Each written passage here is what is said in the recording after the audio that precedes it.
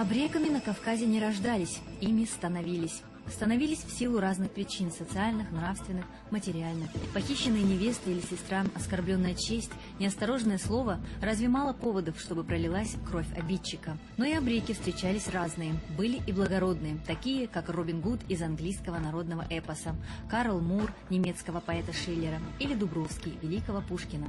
Пожалуй, самым известным, неустрашимым и неуловимым из кавказских абреков был легендарный Зелимхан Гушмазукаев, поселение Харачой. Судьба Зелимхана подобна судьбе загнанного зверя, который рвется на волю и мстит своим загонщикам. Его имя заставляет трепетно биться сердце каждого чеченца, и оно вошло в историю Кавказа. О нем регулярно писала российская пресса, а демократически настроенные слои российского общества горячо сочувствовали его борьбе против самодержавия. И вовсе не потому, что он был смелым и решительным, он был народным мстителем, заступником униженных и оскорбленных. Он был не только отважным человеком, но и очень щепетильным в вопросах чести. Именно за это его и любил народ. И именно благодаря этой безграничной любви он на протяжении 13 лет оставался неуловимым. Зелимхан Гушмазукаев происходил из зажиточной семьи и до 1901 года даже и не помышлял о судьбе абрека. Он был незаслуженно обвинен в убийстве и приговорен к длительному тюремному заключению. Однако, решив отомстить своим обидчикам, он бежал из тюрьмы и тем самым окончательно закрыл себе дорогу к мирной жизни. 10 октября 1905 года власти организовали погром чеченцев на Грозненском рынке. Войска расстреляли 17 человек. Зелимхан решил отомстить и через неделю захватил пассажирский поезд и расстрелял 17 офицеров. «Передайте полковнику Попову, — сказал он пассажирам, — что жизни, взятые в Грозном, отмщены». С этой минуты Зелимхан становится человеком, вставшим на защиту не только своей чести, но и чести обездоленного и угнетенного народа. Он возглавил небольшой отряд абреков, который устроил настоящую охоту на царских чиновников, прославившихся в издевательствах и оскорблениях крестьянских масс. Тем самым Зелимхан завоевал необычайно широкую популярность и не только среди обездоленных крестьян, но и либерально настроенной интеллигенции. Один из известных чеченских революционеров Асламбек Шерипов писал: «Власть терроризировала мирное население, а абреки терроризировали эту власть». Несмотря на объявленное российскими властями огромное вознаграждение за его поимку, Зелимхан оставался неуловимым вплоть до 1913 года. В целях уничтожения возмутителя один за другим создавались специальные карательные отряды. Государственная дума не раз задавалась вопросом, что же делать со смутьяном. Однако он своими неординарными и решительными действиями ставил эту власть в тупик, бросал вызов огромной державе и фактически воевал с ней в одиночку. Так, в апреле 1906 года он уничтожает начальника Грозненского округа Добровольского. В 1908 году метким выстрелом лишает жизни начальника Веденского округа полковника Галаева, прославившегося жесткими и неоправданными действиями по отношению к мирному населению. В январе 1910 года он совершает налет на Грозненский вокзал, увозит из кассы 18 тысяч рублей и раздает их крестьянам. Абрек становится грозой для властей и символом мужества и чести для горцев. Отряд Зелимхана фактически начинает партизанскую войну. Против него бросаются целые отряды регулярной армии. В селах, которые укрывают абреков, проводятся жесткие зачистки. Жители сел поголовно ссылают и облагаются непомерными штрафами.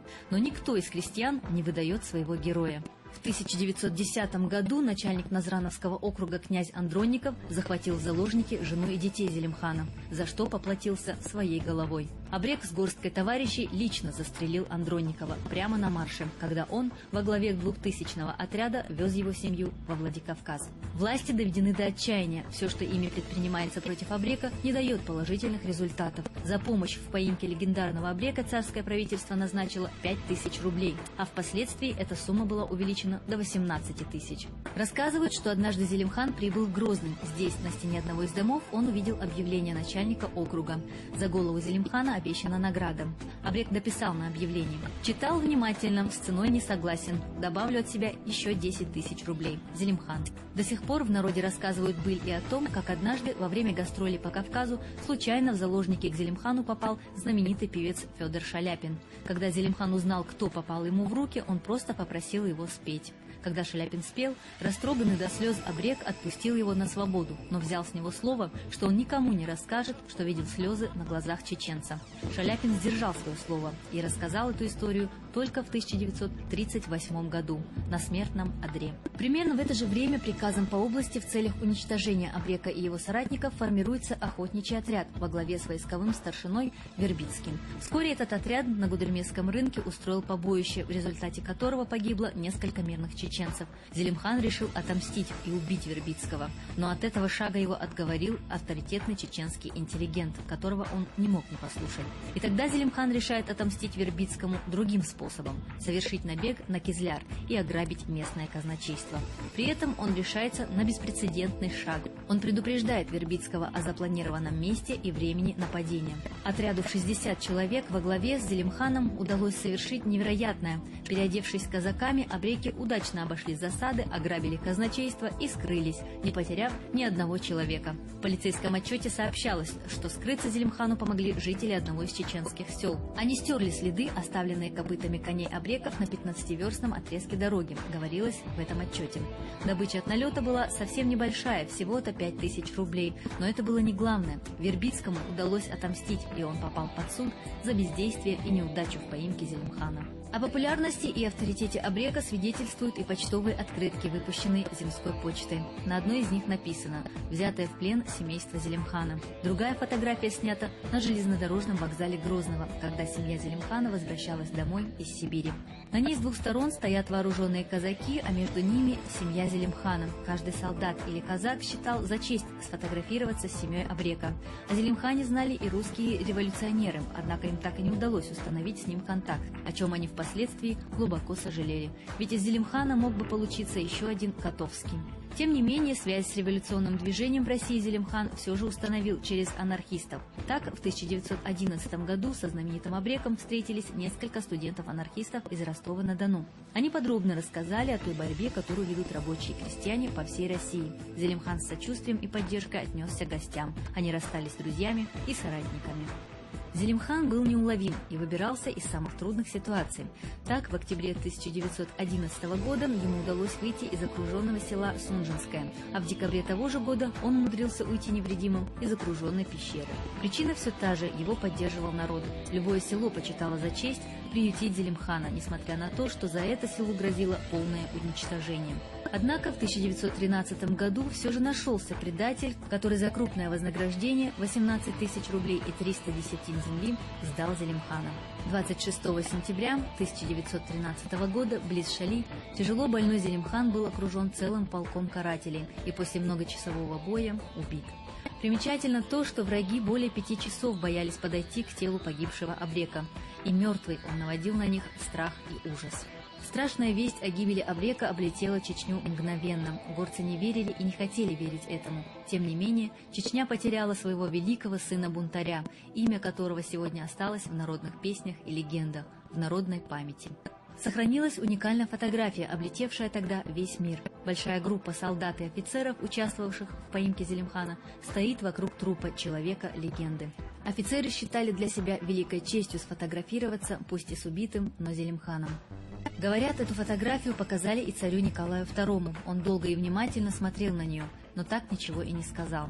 Гибель Зелимхана встревожила и всю прогрессивную общественность России. Газета «Русское слово» в те дни писала: «Погиб Зелимхан, убит».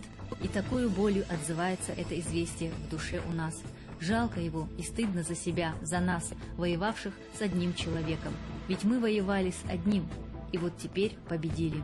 И вместо ликования – смущение, и невольно любуешься этим человеком-сказкой, человеком-легендой. В газете «Отклики Кавказа» появилась статья Макеева «Убит герой». Автор писал: «Не верится, что убит Зелимхан, мы видим в нем героя. Он любил свободу, был храбр и благороден. Те, кто ловил его, черные люди, они останутся безвестными. О них ни сказок не расскажут, ни песен не споют, а о Зелимхане будет сложена поэма, может быть, опера». Пушкин и Лермонтов восхищались такими горцами. После революции 1917 года Зелимхан почитался как герой национально-освободительной борьбы, выразитель интересов горской бедноты, каким он и был. О знаменитом чеченце написаны романы, сотни стихов и рассказов, сложен ряд песен. В конце 1930-х годов о легендарном Зелимхане был снят и художественный фильм. Он облетел экраны всего мира и пользовался огромным успехом. Ныне на въезде в Веденский район, родину Абрека, стоит памятник. Сидит Абрек с винтовкой, погруженный в свои думы, а над ним, склонив голову, стоит его верный конь. Кажется, они только что вышли из леса и остановились отдохнуть. Восстановленный памятник Абреку в том же месте и в той же композиции занял свое место, а это значит, что Абрек вернулся. Вернулся уже в образе памятника, и значит, память о нем жива. Все мы смертны, но смерть смерти рознь. Один умирает только раз и уходит в вечность, другой умирает сотни раз и исчезает, словно тень. Абрек же в ту сентябрьскую ночь ушел в бессмертие.